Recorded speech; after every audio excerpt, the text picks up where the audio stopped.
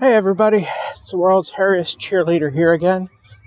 Want to say hi and see how everybody's doing. I've been doing a lot of thinking lately about, why I am where I am and some of the things that I've done to get me here. And one of my biggest flaws, I guess, is I let the past haunt me too much.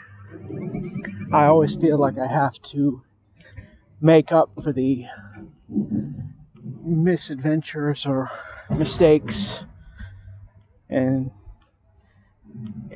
errors from my past, and that's one of the reasons I try to be as accommodating and helpful as possible, because I feel like I have to make up for a lot of my stupid youth. I don't know exactly when that mindset changed, but I do know that recently, for the last several years, I've had the overwhelming need to make up for my past. I mean, I wasn't a horrible person. Got a clean police record, so there's that. But I was a stupid kid that was fairly socially awkward. I didn't gain confidence until really late in life, and I maybe didn't interact with people in the best way I could have. And I'm always trying to make up for that. One incident that kind of sticks out in my mind: when I was at college, getting my bachelor's in theater, we had a guest come over and visit us from New Zealand. He was a native Maori, and he's a fascinating man. I learned loads from him, and he did have a big influence on where I would take my storytelling and how I approach storytelling. And it was during a fiesta in San Antonio, which, if you don't know, it's a citywide party. One of the big fiesta traditions is the cascarone, confetti-filled eggshells that you crack over someone's head and douse them with the little paper bits. Well, not wanting him to feel left out, I acquired a couple of cascarone and inducted him into the culture, cracking them over his head. What I didn't know is that for the Maori culture, the head is a very taboo area. It's very sacred and not something you just casually interact with and touch. I didn't learn this until much later, that afternoon, but when I did, I felt this incredible sense of shame and guilt, even though he reassured me several times that he took no offense because he knew where I was coming from and that I was trying to introduce him to part of our culture. But I still felt bad. It really didn't help when I went to my English class later that week, and the professor was talking about the guest from New Zealand and how a student had created an international incident by touching his head. And I calmly raised my hand and said, that was me.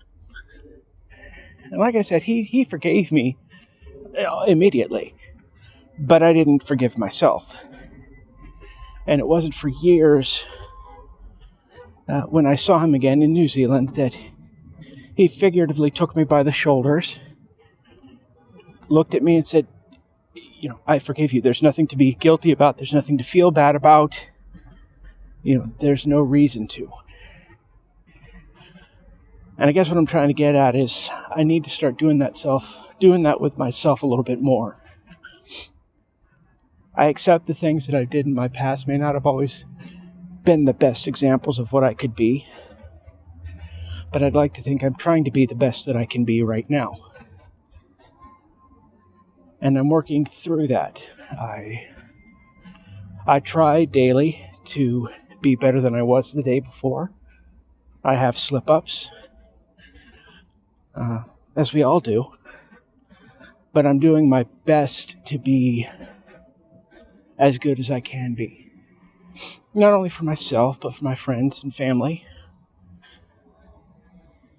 And it's difficult, because I will always feel that nagging guilt of you need to go above and beyond because you were a jerk as a kid. And like I said, I never got in trouble with the law. I never got in trouble with the school. I just may not have always dealt with people or known how to deal with people in the best way. So now I'm trying to make up for that. It's a process, and I'm going through it. And I know some of you out there are also trying to go through it, or some of you may not, and that's okay. Nobody's perfect, but you're all loved. And I think that's one of the important takeaways for myself is I'm not perfect. It's okay.